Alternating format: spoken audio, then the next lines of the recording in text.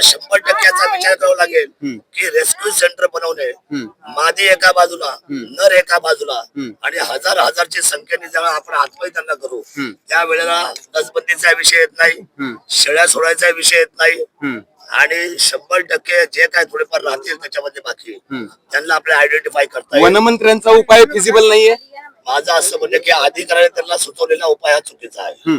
पण आता तुमच्या भागामध्ये 2000 बिबटे आहे, तर 2000 बिबट्यांसाठी इतकं मोठं रेस्क्यू सेंटर 90 दिवसात कसं उभं राहणार? 90 दिवसामध्ये सगळं होऊ शकतं, युद्ध पातळीवर सगळं व्हायला काय हरकत नाही. बनवायचं काय, हे सगळी सेम सिस्टीम आहे, हे सगळं लोखंडाचं आहे.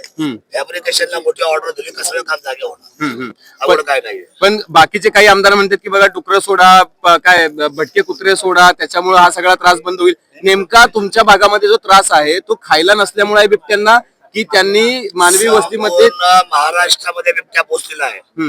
सगळ्या ठिकाणी कुत्री आहेत, रानडुकर आहेत. ते लोक आता मानव आलेले का त्या मानवाच्या नागरी वस्तीमध्ये राहतात. हे म्हणणं सोपं आहे, प्रत्येकाला आपापले वेगवेगळे प्रयोग करतात. आता प्रयोगाचे दिवस संपलेले आहेत, आता सर्व आयडेंटिफाय झालेलं आहे. यांना थांबवायचं असेल तर कोणत्याही परिस्थितीमध्ये आपल्या सर्वांना बिबट्यासाठी शूट ॲट साईटची ऑर्डर काढा असं पण काही मागणी होती. साईटचा जर तो नरभक्षक असेल तरच त्या जगाच्या लोकांच्या वन्यजीव जे काही सगळं संघटना आहे ते आपल्याला परवानगी देतील, कोर्ट परवानगी देईल, तशी परवानगी आपल्याला मिळणार नाही.